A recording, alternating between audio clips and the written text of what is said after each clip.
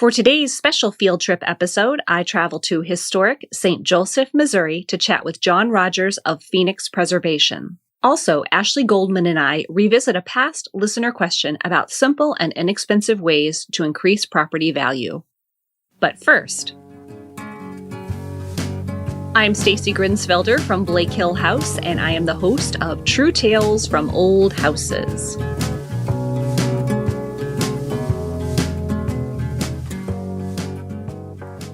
Hello, everyone. Welcome to a special field trip episode. For the first time in nearly 2 years, I packed a suitcase and got on an airplane.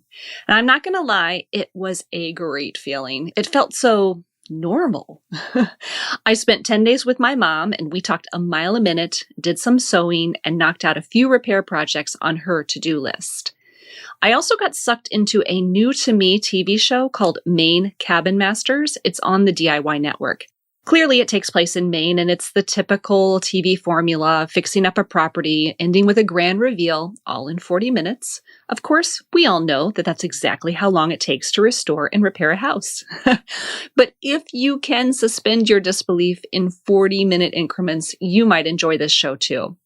What appeals to me is that the crew works mostly on small turn of the 20th century or even older cabins that Mainers call camps.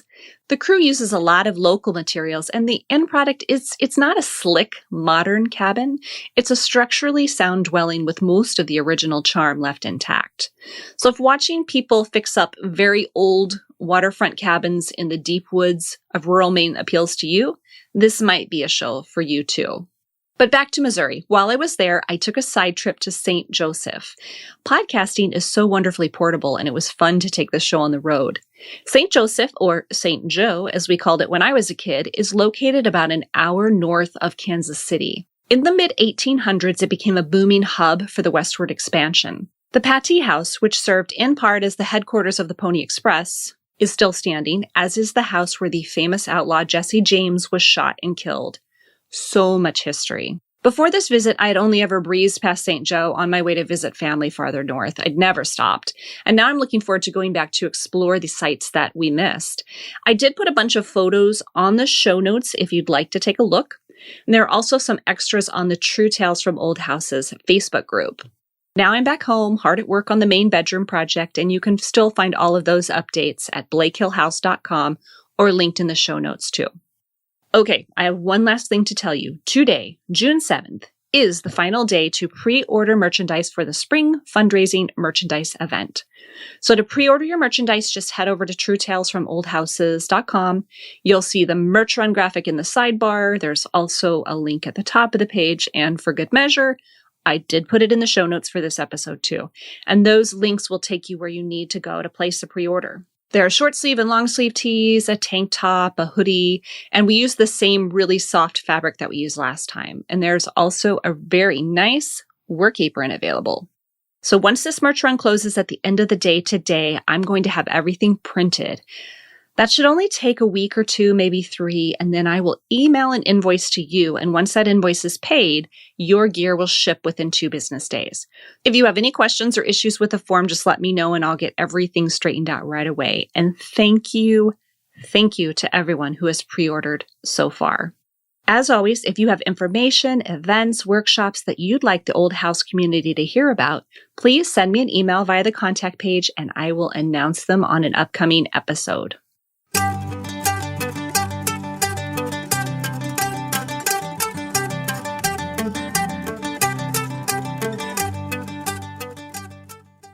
For today's Q&A, Ashley from the Gold Hive is here. Previously, I answered the same listener question with Alex from Old Town Home. However, this is one of those questions with multiple answers, and I thought that all of them might be helpful. Hi, Ashley. Hi, Stacy. All right, I got another question for you. I appreciate you doing this all season, and I wondered if you would answer it with me. I will do what I can. Okay, excellent. The question we have for today is, I like this question too. It's a really good one. What simple update increases a home's value without breaking the bank? Do you have thoughts on that? You can answer first. Go for it. Without breaking, it's tricky. I feel like one thing that's different or interesting is in my neighborhood, it's very different than in a lot of other neighborhoods. So it's kind of hard to make a sweeping statement about it. I would say in my neighborhood, the thing that people will pay more for is additional space.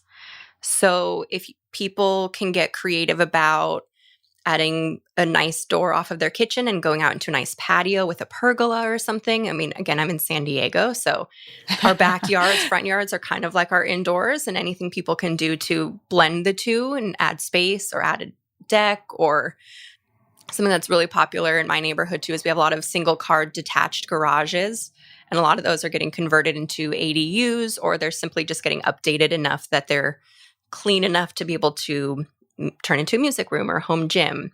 So that's what I'm seeing in my neighborhood. Otherwise, every house just sells like hotcakes here for like $100,000 over ask. Even if it's flea infested and doesn't show well, it just sells. Right. Did you say ADU? Is that what you said? Yeah, an accessory dwelling unit.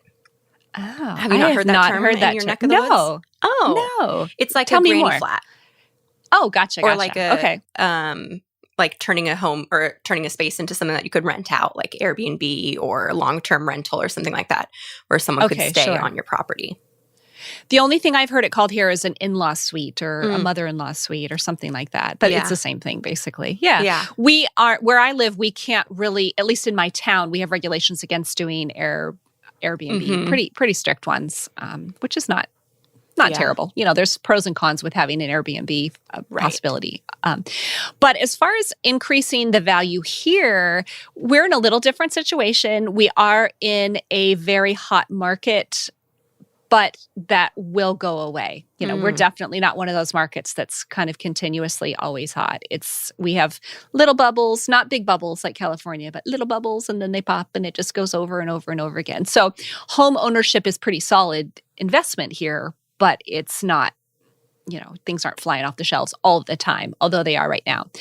So probably one of the best things I would say to increase, and I'm assuming that maybe people want to increase their value, but they might not be moving. They just want to, I'm just going to tackle this question from the point of view that they just want their house to look better. Things they can do to make their house better without breaking the bank. So I don't know if I'm veering off the topic a little, but I'm just assuming they're not selling right now.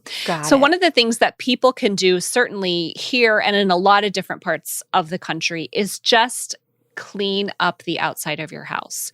So in our area, it's get the mildew and mold off your roof, get it off your siding, wash your windows, clean up your landscaping. All of that, of course, takes time. You can't just run out there and do that real quick.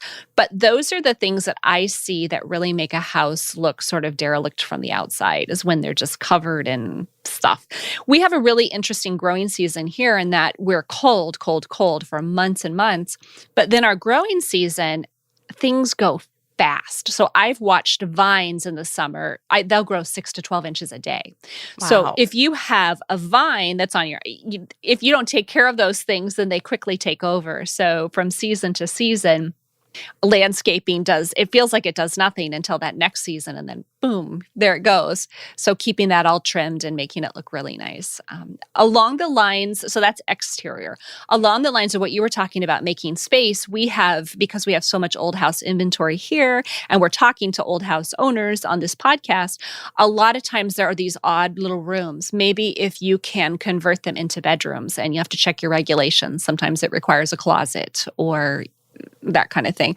But that would be a way to increase your bedrooms and therefore increase the value of your home, because the more bedrooms, the more money your house is worth generally. A 4-bedroom house is going to go for more than a 3-bedroom house.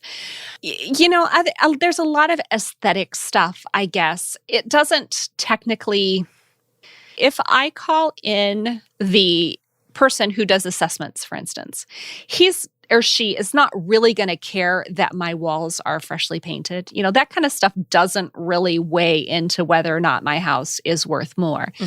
But I think that's really strange. Even having a newly remodeled bathroom, sometimes yes, sometimes no, but sometimes that's based on the market. I mean, we found that out when we sold 2 homes prior to this one. We'd remodeled everything and nobody cared. Nobody cared at all. Yeah, they were just looking strictly at the size of the house, if it was well maintained, and by that, generally well maintained, and where it was the comparables. That's it. That is all they were looking at. So I do know that upgrades like kitchens and bathrooms and things can increase your value. At least I read that on the internet. They tell me that on the internet. That hasn't really been my experience. So sometimes I think the best thing you can do is just do all your maintenance, get everything as clean and tidy as possible, and go from there. Yeah, that's interesting.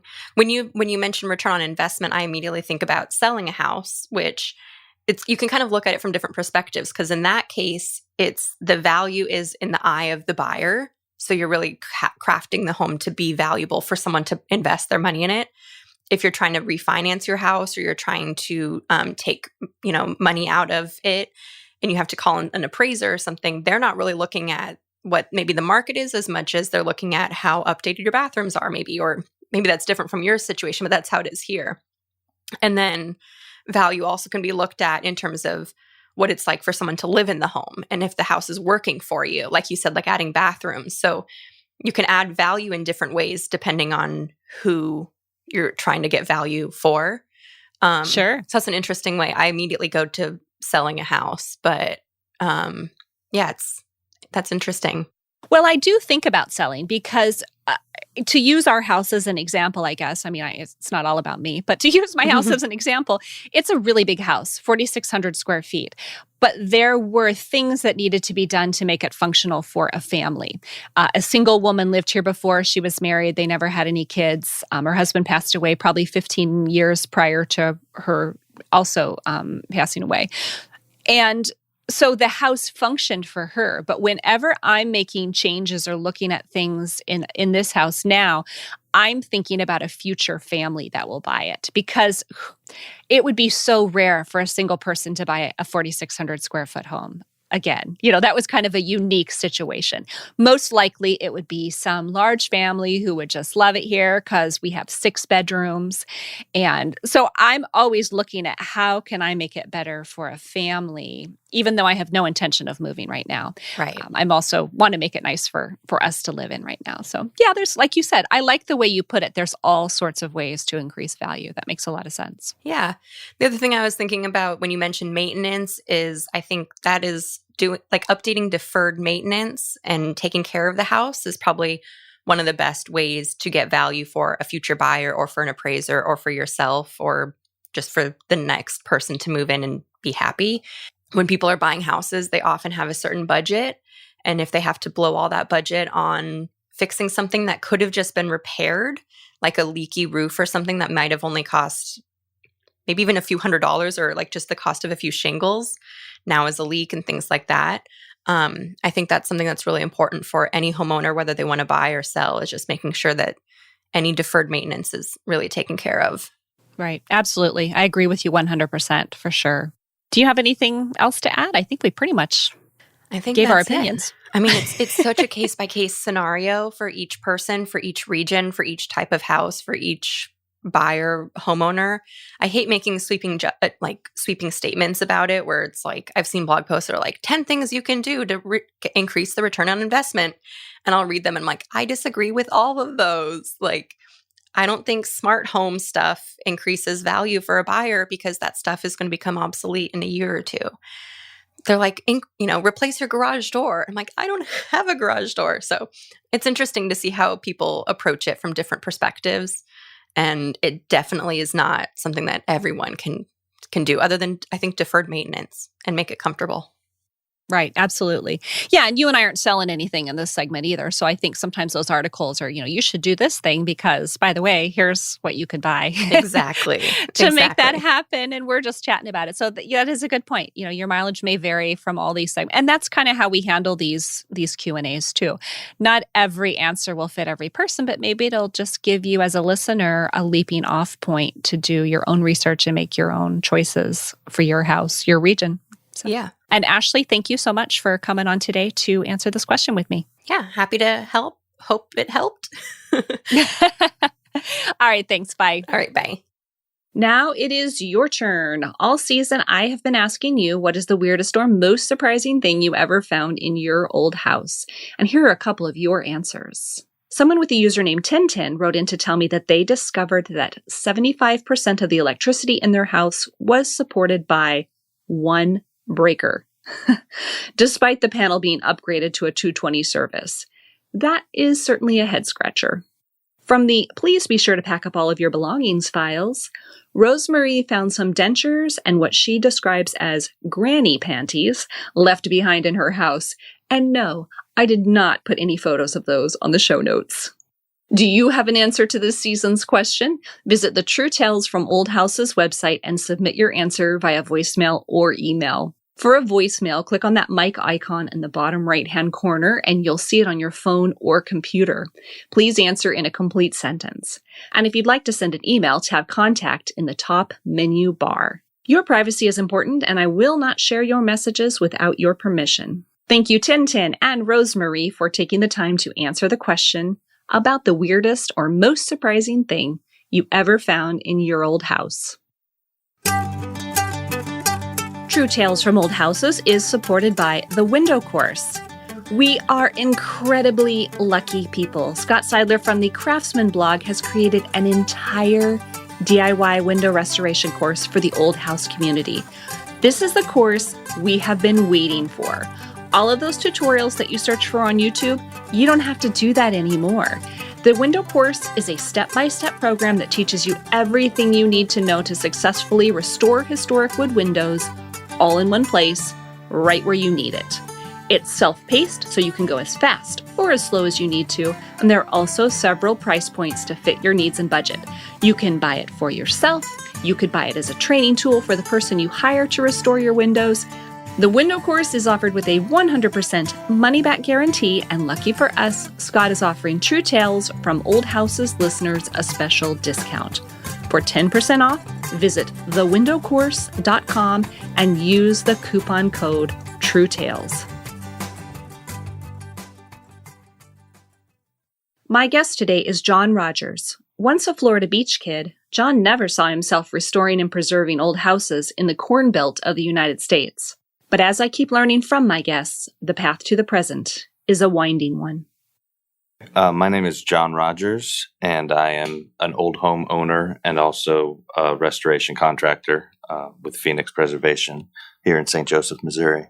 All right. Well, I am, of course, extremely excited to be recording with you on location today in St. Joseph, Missouri, because we have been friends, I guess, acquaintances online for a couple of years. And it's really fun to get and sit and talk to you today on the show. So we've been talking about doing it for a while and now it's happening. Absolutely. Post-pandemic and everything's kind of getting back to normal and seeing people and getting to meet people that you've been friends with for years online. And it finally comes together. For sure. Do you feel like things are kind of getting back to normal in your world?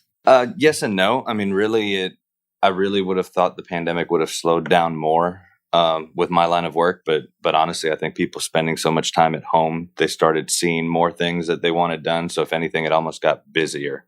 And then it just became more difficult because of all the added precautions that we were following. So, but it definitely seems like people are getting out more. People are starting to explore, which is a good thing. Hopefully we can get back to it. Good. Well, before we go any further, I do feel the need to say that I did have to shed about 40 pounds worth of recording equipment before I came to this interview. So we're using my bare bones setup today. And so if we sound like we're talking from a bottom of a well, that's just how it goes sometimes. But I'm still waiting for NPR to come and whisk me away from my self-produced podcast problems. But here we sit and your beautiful old house in St. Joseph. And I have a quick question for you. Do people who live here call it St. Joe? Because I have a connection. I have a family connection, and my entire family has always called it St. Joe, and I've never called it St. Joseph. I really think it might be split 50-50. I hear St. Joe more than I hear St. Joseph around here. And you also are a transplant here. So do you say Missouri or Missouri? I say Missouri, and I get corrected quite often, but I can't find it in me to say Missouri. It ends with an I. I agree. I always call it Missouri. I did live here I think I lived here for 6 years of my life. My mother lives in the state and she's from, as far as she's concerned, she's from Missouri, but I came from Missouri. So it's interesting. All right. Well, why don't we start with how you got started? I mean, I'd really like to hear your story about how you got started in historic preservation and how you started your own company. Oh, wow. And backwards, before that too. Right, from the beginning. I actually started on I always jokingly called it the desk side of preservation. I went to college in Florida where I was born and raised most of my life, and then got into historic preservation and the Main Street program specifically my senior year of college. And then when I graduated, I ended up moving to Louisiana to take over a downtown redevelopment group and a Main Street program. I bought a house that had been abandoned for 20 years there just to kind of prove to the community that I was committed, that I was going to be there for the long haul, and slowly started teaching myself how to do the things that needed to get done. With the job that I was working on, the hardest part was spending months in meetings trying to get everybody on board and come up with a game plan. This is what we're going to do to restore the building. And then at the last minute, it would fall apart because they couldn't find somebody to do the plaster or to do the windows, the things that needed to get done. And at that point, professionally, it was difficult because it was, you just spent months working on a project and then you see vinyl windows going in because they just couldn't find anybody. And then I was working on my own house, and word started to spread, and it became a favor for a friend and then a favor for a neighbor. And then, hey, could you take a look at this on the weekend? And it kind of fell into my lap in terms of being a side job, something that was just a hobby for myself. And then it grew and grew and grew to where it was a second full-time job. And then it was a more than full-time job. And it got to the point where we had to make a decision on what I wanted to do. At that point, I had left the program that I was working with, and I was in the industrial sector, and just absolutely loved preservation. I loved working with my tools and, restoring things that have been around for hundreds of years that are, for the most part, fairly simple to work on once you learn how to work on them. And I think a lot of it just scares people and trying to change that stigma. So officially, I started Phoenix Preservation 5 years ago in Louisiana, 5 or 6 years ago. And then we relocated to Missouri. Last year was our first full year here in St. Joseph after several years of commuting back and forth. You mentioned something called the Main Street program. Was that just a local program for the Main Street, or is that a organization or something? No, there's local levels. The Main Street program was started in the mid 70s, I believe, by the National Trust for Historic Preservation. It was basically a economic development tool that was almost the exact opposite of urban renewal. It was basically trying to revive downtowns and stop urban sprawl. I believe it's no longer involved or directly tied into the National Trust, but it's become probably the most successful economic revitalization program in the country. Something like 43 states and the District of Columbia have Main Street programs. I moved to Louisiana to take over a program there after interning with a Florida program.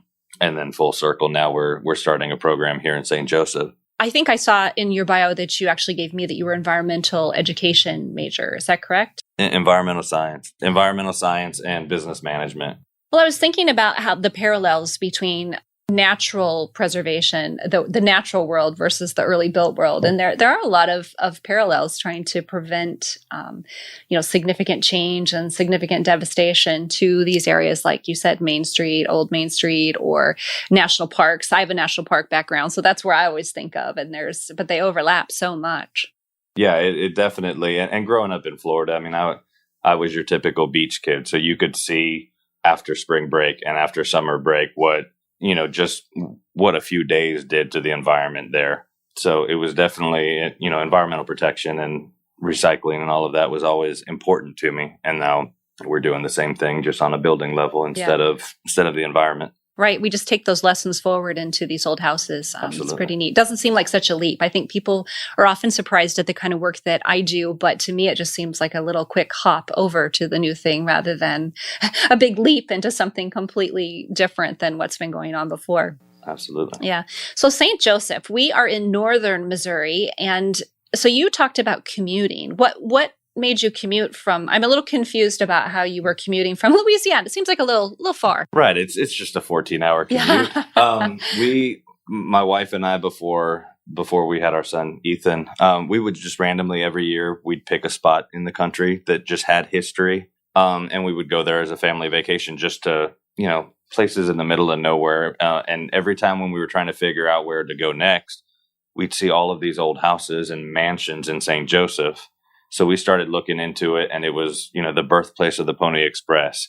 It was the final resting place of Jesse James. There's so much history that started here. So we came on a vacation, and it was always 4 or 5 days, our history vacations. So we came once and just absolutely fell in love with the amount of history. We didn't get to see everything. So the next year we came again, and we had never gone to the same place twice. The second time we met a couple of other people, and they introduced us to other people, and we found ourselves coming back more and more. And then once word got out on what I did, at that point it was still just a hobby. So it became, hey, next time you're in town, can you take a look at this? And the same thing that happened in Louisiana started happening here, to where it became projects that were large enough that I couldn't do them in a 3 or 4 day vacation. So my wife and son ended up coming up here. And they would stay for a couple months at a time while I was working in Louisiana, and I would commute back and forth to visit, once a month or every couple months. And then school year was starting, so Ethan was starting school year, and that's when we made that decision that I needed to tie up loose ends in Louisiana, but they were going to stay up here to enroll him in school and start fresh up here and have seasons and see snow for the first time in his life. And do you still get a lot of snow up here? We do. It's hit or miss. It's not as bad as I thought it was going to be, but I say that, and next winter I'll be digging out every day. So right. The Missouri weather was definitely a change in terms of never knowing what to expect. Right. And now you live in this huge house. I've just had an incredible tour, and I'm hoping to take a few pictures, which I'll put on the show notes. So, I mean, you have an interesting pathway to this house, and I would like to hear how well, I already know, but I'd like you to tell everybody how you got here. Yeah, we actually, when we made the commitment we were going to come up here, we bought a house across the street from this one that was intact. It was one, and we'll walk through there next, but it's original to its 1867 construction. And that was our ongoing, whenever we were here, we'd tinker around. We'd try to get one little project done at a time there. Got to be really good friends with the owners of this home, who was, they were an elderly couple, and they approached us one day out of the blue and asked us if we would take it over. There were some health issues involved, and they knew that they weren't able to keep up with it, let alone finish the renovation. And they knew the work that I was doing. And their biggest concern was the house being chopped up into apartments, which happens often with oversized houses, as they get turned into a 4-plex or a 6-plex. And they didn't want that. This house is intact to its 1920 remodel. So they approached us and asked about taking it over. And we outright said no. We didn't want a larger project than what we were already committed to. And at that point, we still had projects in Louisiana. Right. And to make it clear, this is across the street from you. So you already have a reasonable house across the street. Right. Yeah. It was perfectly, it wasn't livable at that time. Now it could definitely be livable, but yeah, we were happy, and we had the carriage house and the barn and the house. So we said no. And then they approached us again a few weeks later, or a month or two later. And at that point, the health had kind of deteriorated further, and they made us an offer that we couldn't refuse. So we had to jump on it. And now we're kind of stuck, because we love the house that we started with. We're the first owners outside of the original family. So we're committed to keeping that house intact and protected from somebody that would maybe alter it in a way that can't be changed. But now we live across the street from it and in a larger project that needs as much, if not more, work. Right. What style is this house? I've been calling it neoclassical, just with the columns and the wraparound porch. It strikes me as neoclassical. The original house was built in 1866, and the 1920 remodel actually they built a house around the house. So to my knowledge, there's no photos or any idea of what the original house looked like from the exterior. I would imagine it would be closer to the Second Empire across the street. Yeah, classical, I guess, is the shortest answer I could have given there. Right. Oh, that's okay. We like long answers here. The longer the answer, the better. It's good. This is an audio format, so we're good. I'm from the South. I'm a rambler. We just we talk. Well, I'm an extrovert, so I'm a rambler as well. So how do you feel about this project? Do you have a big picture, or are you just kind of dealing with things as they come along? Because this is your line of work, which means it's probably very difficult to get to your own house projects. It's very difficult to get to them, and also to stay on them until completion. Right. I'm good till that 95%. And then, I'll do it tomorrow turns into months, unfortunately. But it's just, I love this house. I've been drawn. I loved the house across the street. Second Empire has been my favorite type of house my entire life. And then we walked into this house, and I fell in love all over again with the style that I never would have pictured myself living in. But the house, you could tell, has been loved. It's hit a rough patch. There's been years of, neglect and maintenance that needs to be done, but it's always been a family house. It's always been, and I shared it in my Instagram, it's always been a house that you could feel, families lived in it. And I think that's what drew us. There's huge trees in the yard that our son loves to climb. He's got a tree house in one. It was off-street parking, which was huge for me because there isn't a lot of that here in town. It has its intact carriage house behind it. We were just drawn to it. So, long term, I don't ever want to leave this house, honestly. But, never say never. I said I'd never leave Florida, and here you are. Two moves away. Yeah. And in Missouri, no less, right? I bet you never said, I'm going to move to Missouri. From the beach to the snow. Right. Exactly. Well, it is a very special house. And I get that feeling too. It's a home. It's a family home. And a lot of times with larger houses, they don't feel like a home. You walk in and you're in an auditorium, and here the rooms might be oversized and the ceilings aren't horribly tall, but it feels like a home. It's just slightly larger. Yeah, no, I agree. Absolutely. Well, I have a question about living here in St. Joseph, I guess, or St. Joe, as I have been known to call it my whole life. So there is a rich history, of course, of outlaws. You were saying Jesse James, Pony Express started here. There's all kinds of museums. I wish I could stay here a week now that I've been looking at everything that's available in St. Joe. And as a recent transplant, although you did vacation here, what's your favorite thing about living here that maybe the longtime residents take for granted? Honestly, it would probably be the architecture. And I've made the comment before for other communities is when you grow up surrounded by it, you almost take it for granted. You stop appreciating the beauty and the uniqueness of what you have, and you just recognize it as, that house has been deteriorating for 20 years, or that used to be a grocery store and now it's a vacant building. And for people that come from outside of the community, they don't see the imperfections, I think, that a lot of residents do. And there are imperfections. Every community has their issues. St. Joseph is an old town.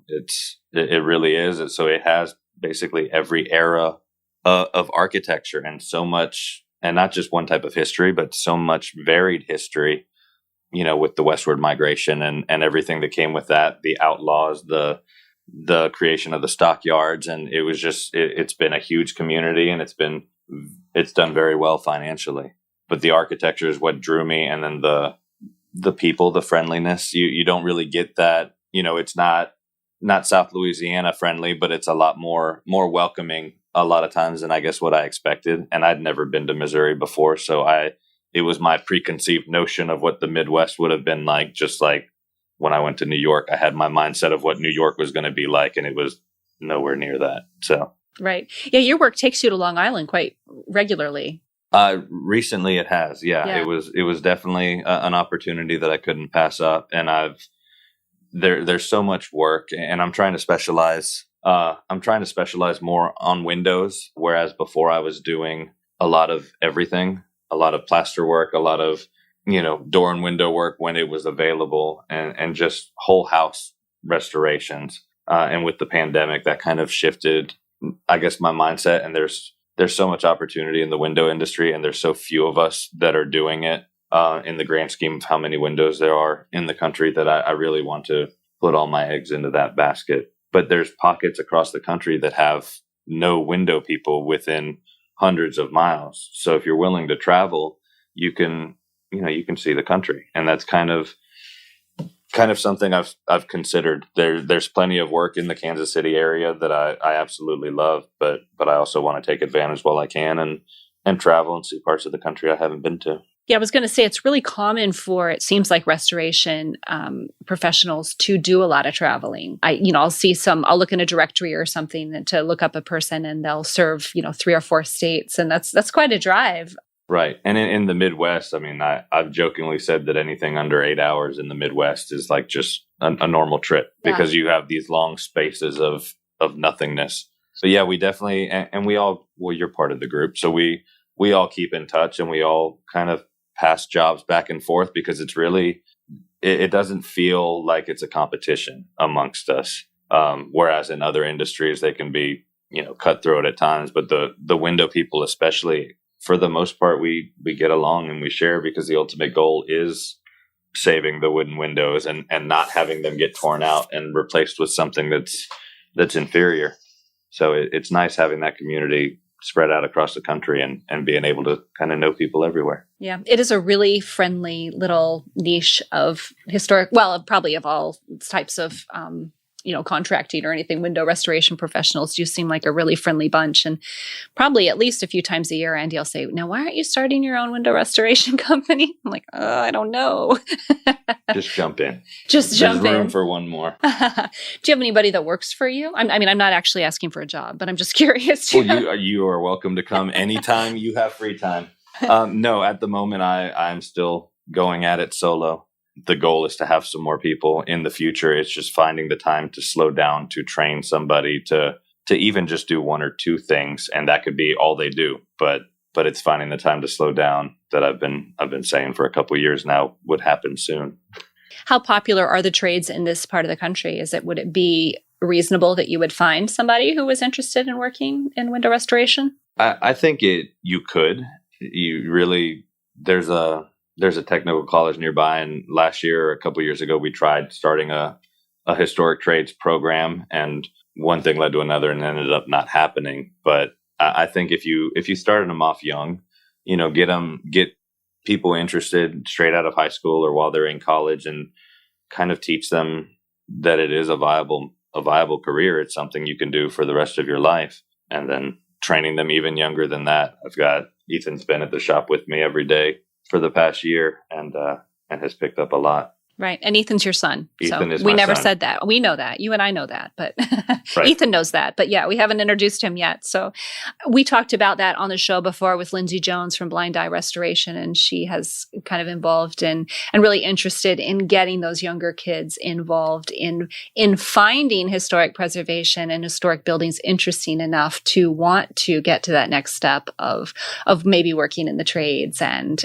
getting involved in the preservation. And I think it's so interesting because as she said, and it's true, I have kids too. They're naturally inquisitive and interested. And contrary to popular belief, I find kids to be pretty hard workers too. They're usually pretty motivated to do something new or try something. Absolutely. And I mean, at that age, their brain is a sponge. I mean, I've seen things that people that have worked with me have had issues with, and my son's 8 and he's cutting glass without a problem. And I almost have to pull the reins back because I've got some larger equipment that he has no problem starting up, and I need to make sure he doesn't do it when I'm not there right next to him. But if you start him early enough and teach him that it is possible to restore something before the rest of the world teaches them that it's a throwaway culture, and that's the most important part. Is if you don't teach them the right way to do something, then somebody else will teach them the wrong way. Right. So let me pause just a minute. I don't know what that is. Sounds like a jackhammer, which would be perfect time. This would be perfect. Yeah. What do we... All right. We're sitting here listening to a jackhammer, which, this might actually go in because it's always nice to have a little levity during every. Well, and it's construction. It's me working hard on my home project while I can't even take a break to do an interview. Right. This is an example of John. Yeah, you're standing there with the jackhammer in your hands. Where I live, the street sweeper, just to go back and forth, takes 5 minutes. I could hear it coming. Right. And that's wide open. They're going as fast as they can go. They're in turbo at that point. All right. Every time we start talking, it comes on again. That's pretty funny. So this is the jackhammer edition of True Tales from Old Houses, and we're just going to go with it. But what kind of projects do you have to do here in this house, or what do you have going, or do you? I'm here. I've seen it, but I'm just. A lot of deferred maintenance. That was the biggest thing that the house needed. We were lucky enough the electric was upgraded before we moved in. So we had some plumbing repairs to take care of, and really for the most part that the house is in great condition considering the number of owners and the history and everything. There's been 2 or 3 fires in the house over the years. So ongoing projects, there's always something. We're in the middle of a halfway kitchen upgrade, which started as a simple painting the pantry in the kitchen, turned into discovering the original butler's pantry, which turned into let's put wood floors in there to match the house. And then that turned into, let's put the wall back where it was. And then the way my mind works, you can't leave it simple. So every big house needs a hidden room. So now the pantry will be hidden and you'll have to walk through a unenclosed doorway. And, these big ideas that I have, and somewhere in the back of my mind, there's that little voice saying, hey, you don't have the time to do this, but it's fun to start. And when it's finished, it'll be wonderful. It's just, It's getting to that point. Yeah, definitely. All right. Would you mind if I tried to close that door real quick? Oh, no, absolutely. Okay. And I've got the window and the screen doors back there if you want to close those. We're going to pause for just a minute. All right, so we closed a couple windows. We'll see if we can tighten up the sound a little bit here. That's one of the things about being on location is it's a little less controlled, but one of the best things about being on location is that it's a little less controlled. So I kind of like it. That's just the way things are when you're out and about, and keeps things light. It keeps things light. Yeah. And if we were on a Zoom call, you'd still hear the noise, but you wouldn't have the fun of being out and about. Yeah, that's exactly true. Absolutely. So you have big plans for this house. That's kind of where we stopped when we closed the windows, and you're making a secret door. And so I was curious actually about the work that you do. What is something that you wish people would start doing, and what do you wish they would stop doing? Ooh, that's a good one. I got to have at least one stumper in every interview. You didn't email me that one. I didn't give you that one in advance. Stop doing is relatively easy. At least for me it is, and everybody has their own opinions. But for me, it's the current trend of the day, the month, the week. And I work on a couple of old house websites or groups as well. And whatever the current trend is, whether it's shiplap or any shade of gray for everything and things like that, it becomes so trendy that it's overkill. And a lot of times, if that's your style and that's what you like, then great. But, the same with people that buy a Victorian house that has a lot of tiny rooms, but they want an open concept house. It's your house. Do what you want with it, during your time of stewardship. But at least in my mind, you are a steward. It's your house while you own it, but it's going to live on much longer than we are. And if you pick a color that somebody else doesn't like, great. The next owner can paint it. If you decide you want open concept and you tear out every single wall in your Victorian, the next person can't go back and just put it back. They could, but it's a whole lot harder than buying a couple gallons of paint. Right. It would be a lot easier if people stopped trying to make their houses into something that they're not or never were planned to be. Right. And it's different circumstances and things like that. But, this house and you'll have pictures. I mean, it's a brick house with white columns. It's about as traditional as you can get. If I wanted to live in a log cabin, I would not start with this house as the blueprint for it. Right. So I guess it's a pet peeve for me. What I wish people would start doing is probably, that one's almost harder than the stop. Yeah. Start doing the thing that you asked them to stop doing? Yes. Okay. Whatever you just did, undo it. Undo it. Go backwards in time, please. No, I guess the thing is being open to ideas, being open to, preservation isn't a set in stone process those. And we've joked about it, with the different window guys and ladies that I know, is there's a million ways to do it wrong, but there's a million ways to do it right also. And there might be one way that works great for you and one way that works great for somebody else, but you're not wrong. Everybody has their own way of doing it. And it's hard sometimes, especially when somebody new comes in, and they ask for advice. They've never done it before. And you have 70 different opinions on the best way to do it. And I think it could be overwhelming.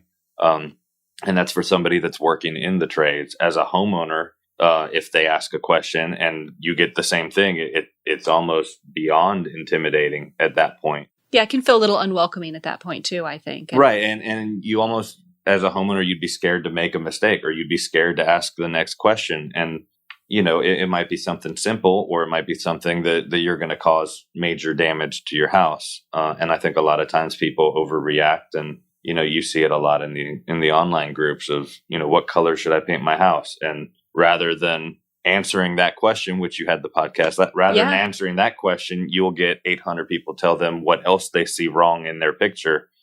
And, it's just, there's a lot of judgment, I guess. Yeah. I know that when I first bought my house, I was pretty paralyzed for about 18 months because of all the advice that I got.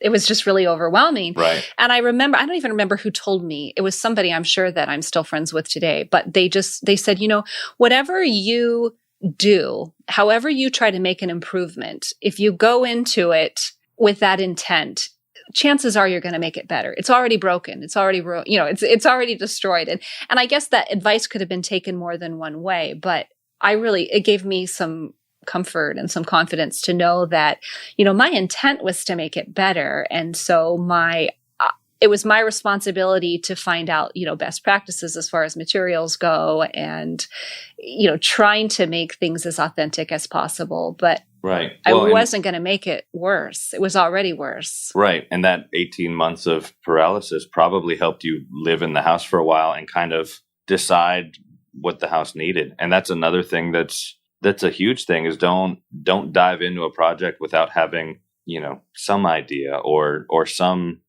end goal, and don't dive in before you're ready. If the kitchen is kind of 80s and drab and you don't like it, but you can't afford to do it the way you envision it, don't do something halfway just because it's all you can afford at the moment, or you want, change the color on the walls. Do that, and that can be a change until you can do your end goal. Don't compromise, I guess. Don't sell yourself short. Right. Yeah. I like that. I think that's great advice. Now, I discussed this question with Alex during the last episode, which you may have heard by now, but I'm wondering, as a professional, what is the very first thing? Alex and I guess we talked about it as do-it-yourselfers, but I want to know, as a professional, what is the very first thing that you do when you start a project? Panic. Wait a minute. on my own home. Obviously not for clients. The first thing has to be some sort of a game plan. And I did hear the episode. I'm definitely not a list maker. I'm not a by the book. This is step 1, step 2, step 3. I'm very, very go with the flow. But in my head, I have to have an idea of where it's going to end up. It may be a roundabout way of getting there, but I have to have a kind of a visual of what it's going to look like when it's done. Right. All right. Yeah, I was curious if you had if you saw it differently as a professional, but it sounds like we all kind of come at it the same way. It's just a matter of how rigid we get in our steps and the format of right. Well, and taking that leap. And you have to remember, it's an old house, so it's kind of, a budget, a plan. You can work really hard on it, and then as soon as you have it done, you can crumple it up and throw it away because there's going to be a curveball somewhere in the project, and it's better to just assume that it's going to be there and move accordingly. Yeah, expect the best, but prepare for the worst. Right. We're getting towards the wrap-up portion here, I guess. But, I mean, you're a professional. You're also a dad. So I'm curious, we kind of touched on this earlier, but what lessons would you like your son to learn from growing up in this big old house and also from watching you work? I didn't prep you on this question either. No, that was another stumper. Yeah. I think in terms of living in the old house, is to just never take for granted what opportunities you have. I mean, I had a great childhood. I had, great parents. I have nothing that I could ever complain for. And that's not the case with everybody. So it's easy to it's human nature. If you see a big house, oh, that person's rich, or oh, that person must be well off, or this and that. And the reality is we're not. It's just somebody that has a big house for one reason or another. And you can't judge a book by its cover. So really, I definitely want him to realize that, because we've lived in this house. We've also lived in much smaller houses, and, never take for granted what opportunities you have. And, I always say if you have more food than what you can fit on your table, build a bigger table. I mean, share. If you have a little left over, then, get out there and help somebody that has a little less. And we've always done that. Christmas, and I mean, our holiday dinners, we go out and we serve the community. That's our thing, because we know we've been blessed. So it's just sharing that. Well, let's talk about your involvement in the community too, because you moved here and then now you're really involved. So what do you do aside from helping serve meals in your community? Yeah, we've definitely, we took a dive head first. Meals with the community. I've worked with the local homeless shelter 2 winters ago when we had a bad winter, and worked at the homeless shelter overnights, just helping with whatever they could use. We're very actively involved in our church, which ironically is called Restoration Church. It's clever. It's one of the oldest. Well, it's one of the oldest buildings still standing in town, and it's a big warehouse. There was a warehouse as its previous use. It was built as a natatorium, which was basically they pumped water from the Missouri River, and it was an indoor swimming pool. And there's still the remnants of where it was, and the markings that shower before entering and things like that. At your church, that's cool. At our church, so actively involved in our church, and then board wise, we're starting the Main Street program, which we touched on briefly. I'm on the local landmark commission, which is kind of the historic preservation board. And then I'm also on the Missouri Preservation Board of Directors. Very, very local, and then state. Yeah. What kind of work do they do here in this particular area? What's their primary focus? For Missouri preservation? Well, for generally speaking, for all of them, what's their goal? The whole goal is just protecting our built environment. It's a lot of information at the local level. The Landmark Commission actually approves or disapproves. Yeah, that sounds good. Making up words here.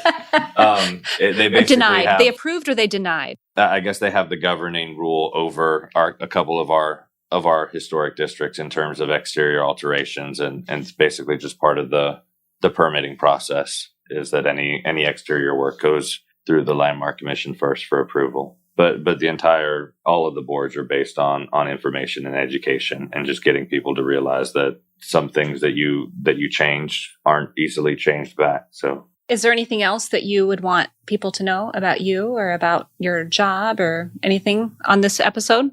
I've rambled on enough. I'm not sure what else to say. So many of my guests worry about rambling, and it's not an issue. It's great. I love every moment of it. So let's go ahead and tell everybody where they can find you if they want to find out more about you. Now, I'm going to put pictures of your house, if that's okay, on the show notes and relevant links and things to find you. I'm famous for not sitting down long enough to update things, which is why I gave up on a website years ago. I do share a lot of information on Facebook, just under my own name, John Rogers, ROD. We share a lot of information in one of the groups that we both share together, My Old House Fix. That's a good one. I should link that one, maybe. It's a Facebook group. It's a Facebook group, and it's different than other groups because there's a lot more professionals. So a lot of the groups, you have issues with some of the advice that could be downright dangerous. And that group, we really work hard to try and keep it safe. I'm trying not to really start laughing because there's some interesting advice. So a lot of my information gets shared on the My Old House Fix group, and then on Instagram under Phoenix_preservation. Well, this has been wonderful. Thank you so much for letting me come crash your house for one and come meet you in person. And it's funny, as you were talking about, you said I'm famous for not really, and you aren't really online a lot. I'm thinking, how do I know John Rogers so well? Because you're right, you don't post a ton on Instagram or your website, but somehow I had the guts to ask you if I could come over to your house and do an episode with you. Well, and I think we've communicated so much back and forth between the groups and Instagram and everything. that's what's great about the community is you develop these friendships and you feel like you've known these people forever. And really, I mean, we met for the first time an hour ago. Exactly. Does it feel like we've known each other a long time? It does. Okay, good. It does. Good. I think so too. All right. Well, thank you again so much. And I'm excited to share this episode with everybody. And now we can be even better friends, right? Absolutely. All right. Great. Thank you for listening to today's episode. Just a reminder that today is the last day to pre-order merchandise, and many thanks to everyone who has placed an order so far. To continue the conversation, follow True Tales from Old Houses and Blake Hill House on Facebook and Instagram. And for more information about this special field trip episode, including show notes, transcripts, and to sign up for the monthly newsletter, visit truetalesfromoldhouses.com. Until next time.